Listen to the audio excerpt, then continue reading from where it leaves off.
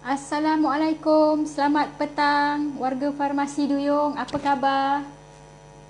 Okey, sebelum tu saya nak perkenalkan diri saya Hazlin Gisan, ahli farmasi daripada Farmasi Duyung Sedia Berhad. Kami berada di 3 tempat, di komuniti Duyung Melaka, komuniti Serkam Melaka dan juga Gemencing Negeri Sembilan. Okey, so saya harap perkongsian saya pada petang ini tidak memakan masa yang lama lah, mungkin dalam 10 ke 15 minit sahaja, iaitu topik yang saya nak share kepada sahabat-sahabat dekat luar sana ialah mengenai anemia. Anemia tu ataupun kurang sel darah merah di dalam saluran darah. Okey. So saya harap siapa yang sempat melihat live saya ni boleh tak komen ataupun video dengar jelas ataupun tidak. Okey, jika jelas boleh komen dekat bawah jelas Okey, itu satu. Satu lagi, boleh ke beritahu saya daripada mana sahabat-sahabat dekat depan saya ni berada? Sama ada daripada Johor ke, daripada Melaka, ataupun lebih jauh daripada tu. Adakah ataupun adakah sekarang ni tengah dalam on the way nak balik kampung ke? Orang kata dah diberi kelonggaran semasa PKPP ni dapat balik kampung. Okey, di mana sahaja tuan-tuan puan berada sekarang, jika sempat boleh tengok live saya dan dapatlah sedikit perkongsian ilmu pada petang ini. Okey? Okey, dan yang ketiga, jangan lupa boleh like dan share dekat wall masing-masing supaya apa? Supaya perkongsian ilmu kita pada petang ini memberi manfaat kepada sahabat yang sedang tercari-cari dan juga mungkin ada juga yang mengalami penyakit ni tapi dia tak sedar. Okey? So saya teruskan. Okey, apa dia anemia? Anemia ni ialah penyakit kurang sel darah merah di dalam saluran darah. Okey, ataupun orang kata hemoglobin. Okey, kita boleh ukur paras sel darah merah ni kurang melalui bacaan hemoglobin. Okey, kebiasaannya untuk wanita dewasa, untuk HB ataupun hemoglobin normal adalah untuk bacaan 11 hingga 16.5 milimol per desiliter. Itu untuk wanita sihat. Okey. Untuk paras hemoglobin yang normal untuk lelaki pula ialah sekitar 12.5 hingga 18.5 miligram per desiliter. Okey, itu jika bacaan HB normal. Okey.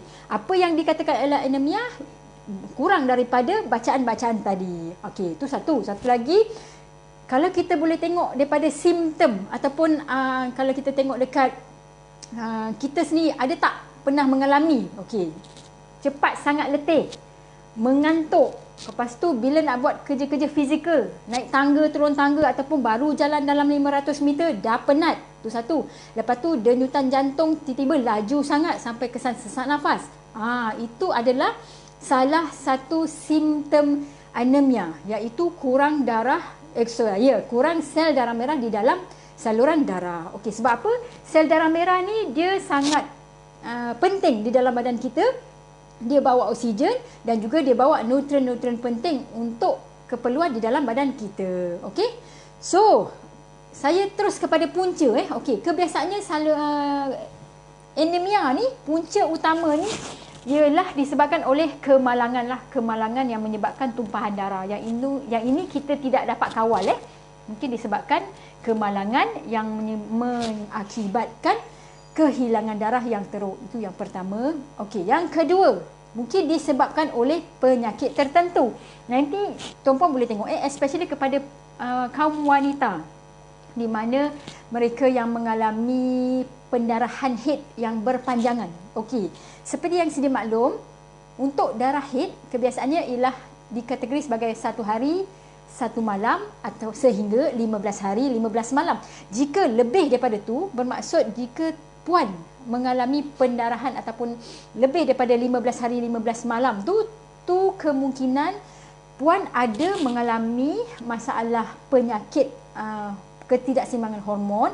Dan juga yang ini perlu rawatan lanjut disebab apa? Sebab kita bimbang pendarahan yang berlarutan mungkin melibatkan sampai 3 minggu sampai sebulan, period lama kesannya akan menyebabkan anemia ataupun kurang darah. Okey. So nanti bila tak rawat, itulah yang menyebabkan punca-punca lah, cepat letih tadi yang seperti saya recap balik, cepat letih, penat, mengantuk, sesak nafas. Dan kalau dibiarkan kita bimbang untuk pesakit kronik, especially kepada pesakit jantung, pesakit kencing manis, dia akan menerukkan lagi penyakit tu sampai boleh kesan kegagalan jantung. Sebab apa? Sebab bila kurangnya isi padu sel darah merah dalam badan ni, peredaran darah terganggu dekat jantung, itu yang menyebabkan boleh sampai komplikasi kegagalan jantung, akhirnya meninggal. Okey, itu yang kita tak nak. Okey. Okey, so punca yang ketiga pula, okey, mungkin disebabkan oleh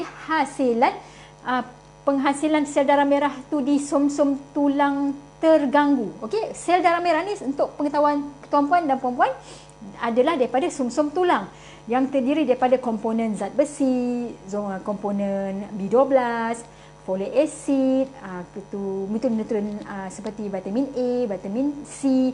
Okey, jika tuan-puan ada penyakit yang disebabkan oleh masalah seperti renal ataupun masalah hati dan juga masalah darah seperti thalassemia disebabkan oleh G6PD, itu juga akan mengganggu penghasilan sel darah merah dan akhirnya menyebabkan kesan anemia. Okey, dan juga mungkin disebabkan oleh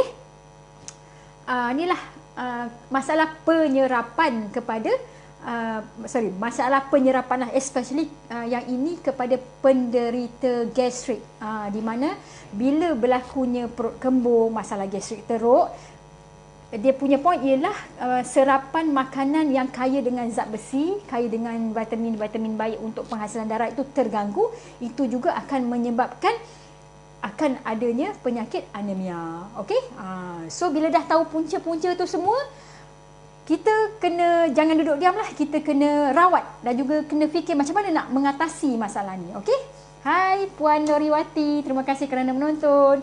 Saya sedang cerita mengenai anemia, iaitu kurang sel darah merah di dalam badan kita. Okey. So saya nak teruskan pula. Okey, sebelum tu jika ada apa-apa soalan kalau saya laju sangat ke, boleh slowkan, ataupun jika ada sebarang pertanyaan boleh nyatakan dekat komen bawah. Okey, dan juga saya suka nak ingatkan jangan lupa like dan share dekat wall masing-masing supaya apa? Supaya ramai lagi yang mendapat manfaat daripada perkongsian ilmu saya pada petang ini. Okey, so saya teruskan pula kepada bila kita dah dapat punca, kita kena rawat. Rawatan yang pertama ialah rawatan bukan ubat, iaitu dapatkan makanan yang seimbang, especially makanan yang membentuk sel darah merah. Okey, ada dua jenis, sama ada daripada sumber haiwan ataupun sumber tumbuh-tumbuhan. Okey, kalau sumber haiwan, contohnya sumber yang kaya dengan zat besi, vitamin E, vitamin C ni seperti ayam, daging, kerang-kerangan, tuna, itu ialah sumber yang kaya dengan zat besi. Sebab apa kita nak sangat zat besi ni? Sebab zat besi lah yang salah satu komponen penting untuk penghasilan sel darah merah. Okey, itu jika untuk tumbuhan pula, seperti boleh banyakkan makan oat, ataupun banyakkan makanan jenis bayam, buah-buahan kering seperti kismis, seperti kurma, buah tin, dan juga buah delima. Itu adalah salah satu sumber-sumber yang kaya dengan zat besi, kaya dengan vitamin-vitamin baik untuk penghasilan penghasilan sel darah merah. Okey, itu yang pertama. So, kalau yang kedua pula apa? Kita kena bantu jika kepada puan yang memang ada masalah penyakit tadi, sama ada pendarahan head, masalah pendarahan head tadi, iaitu melepasi 15 hari 15 malam period tu keluar sahaja, cepat-cepat kena pergi sakit puan supaya apa? Supaya kita boleh buat pemeriksaan lanjut. Kita bimbang mungkin disebabkan masalah fibroid, masalah cyst, masalah ada sumbatan tube, yang itu yang akan menyebabkan pendarahan teruk. Sebab apa? Bila kita dapat bantu untuk stopkan ataupun rawat masalah penyakit sakit puan ni, insya-Allah akan dapatlah kita dah kawal kita punya bacaan hemoglobin. Okey, itu yang ketiga. Dan cara rawatan yang kedua, cara rawatan yang ketiga pula ialah mengenai serapan makanan. Kepada mereka yang sedang mengalami masalah gastrik, yang mengalami masalah kembung perut, yang ini kena rawat sebab apa? Sebab dia ada berkaitan dengan serapan makanan. Okey, dia nampak macam gastrik tu mudah, sangat simple, tetapi kesan dia ialah serapan makanan especially yang kaya dengan nutrien tadi tidak terserap, kesannya kita kurang darah. Dan yang terakhir, tuan-puan boleh consider suplemen yang memang untuk tambah darah. Ini kebiasaannya. Okey, yang ini adalah salah satu contoh yang saya boleh tunjuk, iaitu berat folik 500. Yang ini kebiasaannya kita akan recommend kepada pesakit yang HB dia bawah 10.